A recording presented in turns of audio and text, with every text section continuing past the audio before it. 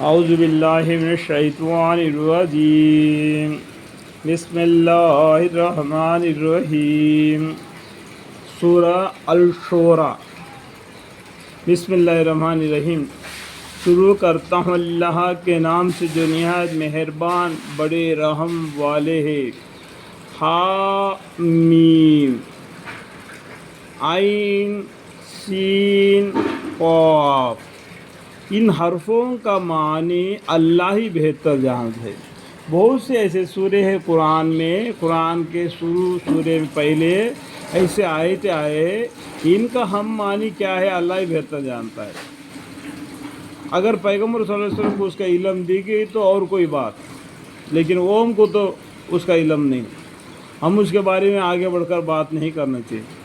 اس طرح آپ پر اور جو پیغمبر آپ سے پہلے ہو چکے ہیں، یعنی آپ کا معنی کیا ہے ہمارے پیغمبر صلی اللہ علیہ وسلم، آپ پر جس طرح آپ پر اور جو پیغمبر آپ سے پہلے، آپ مطلب دوبارہ آپ دیکھو، دو مرتبہ یہاں کیا ہمارے پیغمبر صلی اللہ علیہ وسلم کا نام آ گیا۔ دیکھو میں انگلی دکھا کے بتا رہا ہوں، آپ اور آپ کا معنی کون ہے؟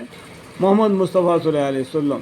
اس طرح آپ پر اور جو پیغمبر آپ سے پہلے ہو چکے ہیں ان پر اللہ تعالیٰ جو زبردست حکمت والا ہے، دوسرے صورتوں اور کتابوں کی وہی بھیجتا رہا ہے۔ یعنی دیکھو، اس سے پہلے سورہ رعد میں بتایا ایسا کوئی ٹولی نہیں گزرا دنیا میں ایک ڈرانے والا پیغمبر یا ایک روشن کتاب نہیں آئی ہو۔ یعنی ہر 1,24,000 پیغمبر آئے تو بہت سے کتابیں آئے اور صحفے آئے۔ یہاں پر بھی بتا رہے کہ اللہ تعالیٰ زبردست حکمت والا ہے، دوسرے صورتوں اور کتابوں کے وہی بھیجتا رہا۔ ان پیغمبروں کو ان زمانے کے حساب سے وہ کتابیں بھیجتے رہا، اس طریقے سے حکم اللہ کا بھیجتے رہا۔ تو پہلے پارے میں بتایا میرے طرف سے کوئی پیغام آپ کے پاس آئے اس کی پابندی کرو، تم جنت سے چلے جاؤ۔ دنیا میں آدم علیہ السلام اور داجمہ ہوا کو بھیج کے اس بات بول دیا تھا، میرے طرف سے دنیا میں تمہارے پاس کوئی حکم اور پیغمبر ڈرانے والے آئے تو ان کو مانو اور اللہ سے ڈرتے رہو، یعنی اللہ سے ڈرتے رہو، اتقوا اللہ واطیعون۔ اس کا ہے کہ جو کچھ آسمانوں میں ہے اور جو کچھ زمین میں ہے یہ تیرا میرا، بولتے ہیں لہو ما فی السماوات و ما فی الارض، میرا تیرا کچھ بھی نہیں میرا بڑے بھائی، یہ تیرا وہ جب تک ہے جب تم زندہ ہے، جب تم مر گیا وہ دوسرے کا ہو جاتا ہے، تب تیرا کہاں سے آ گیا؟ یہ دنیا ہے، یہ کا یہی رہ جائے گا، اور تم کو برتنے کے لیے یہ سب کچھ چیزیں دے دیا آزمانے کے لیے، تاکہ تم اس میں پڑھ کر اس اللہ کو یاد کرتا ہے یا دنیا کر کے دنیا کا کتا بن جاتا ہے۔ آخرت کے لیے مومن بننا ہے، اس لیے اللہ تعالیٰ نے آزمانے کے لیے لہو ما فی السماوات و ما فی الارض یہ دنیا میں بھیج دیا، اور وہی یہ سب سے برتر اور عظیم الشان ہے۔ وہ جی کس کا شان ہے؟ اللہ ہی کی شان ہے۔ یہ شرک کر کے کہاں الٹے چلے جا رہے ہیں، وہ العلی العظیم، اور وہی ہے سب سے برتر اور عظیم الشان ہے۔ کچھ بعید نہیں کہ آسمان اپنے اوپر سے کی وہی سے بوجھ بڑھتا ہے، پھٹ پھڑے، اور وہ فرشتے اپنے رب کے تسبیح و تحمید کرتے ہیں اور اہل زمین کے لیے معافی مانگتے ہیں۔ دیکھو فرشتے بھی اہل زمین والوں کے لیے معافی مانگتے ہیں۔ اللہ کے لاکھ لاکھ کرم ہے کہ فرشتوں کو بھی ہمارے اس زمین والوں کے پر مغفرت مانگنے کے لیے ان کے لیے مقرر کر دیا۔ اللہ کے لاکھ لاکھ شکر ہے۔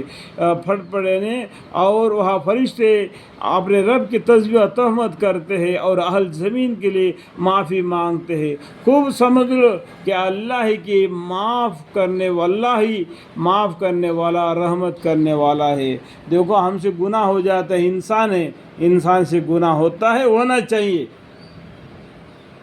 چاہیے، ہونے کے بعد میں انسان پہچاننا چاہیے یا اللہ مجھ سے جو غلطی ہو گیا اسے معاف کرنے والا کون ہے؟ جس نے مجھے پیدا کیا وہی میرے کو معاف کرے گا، یہ اس کا دل میں آنا چاہیے۔ پھر اللہ سے گڑ گڑا کر توبہ استغفار کرنا چاہیے، تو اللہ تعالیٰ تم کو اور بھی محبت کرے گا اور تمہارے گناہوں کو معاف کر دے گا۔ اور تم معافی مانگنے سے تمہارے رزق میں بڑھوتری ہوگی، تمہاری عمر زیادہ ہوگا، تمہارے نسل زیادہ ہوں گے، اور آسمان سے موسلادھار بارش بھیج دے گا، زمین کو تر و تازہ کر دے گا اور رزق دے گا۔ معافی مانگنے سے اتنا ملتا ہے اللہ کی طرف سے بندے کو، کہ معافی کا دروازے کا مطلب کیا سمجھے آپ نے؟ کچھ نہیں سمجھا۔ انسان غلطی کرنا چاہیے، کرنے کے بعد میں وہ سوچنا چاہیے کہ میں نے غلطی کیا، میرے کو کون معاف کرے گا۔ اس ٹائم پر اس کا دل میں یہ آنا چاہیے جس نے مجھے پیدا کیا وہی میرے کو معافی کرے گا، تو اللہ کے سامنے معافی استغفار کرنا چاہیے۔ یا ایھا الذین آمنوا توبوا الی اللہ توبۃ نصوحا، اس ٹائم پر اللہ تعالیٰ اس کے گناہوں کو معاف بھی کر دیتے اور اسے پیار بھی کر دیتے۔ یہ اللہ کا بڑا لاکھ لاکھ شکر ہے۔ الحمدللہ رب العالمین۔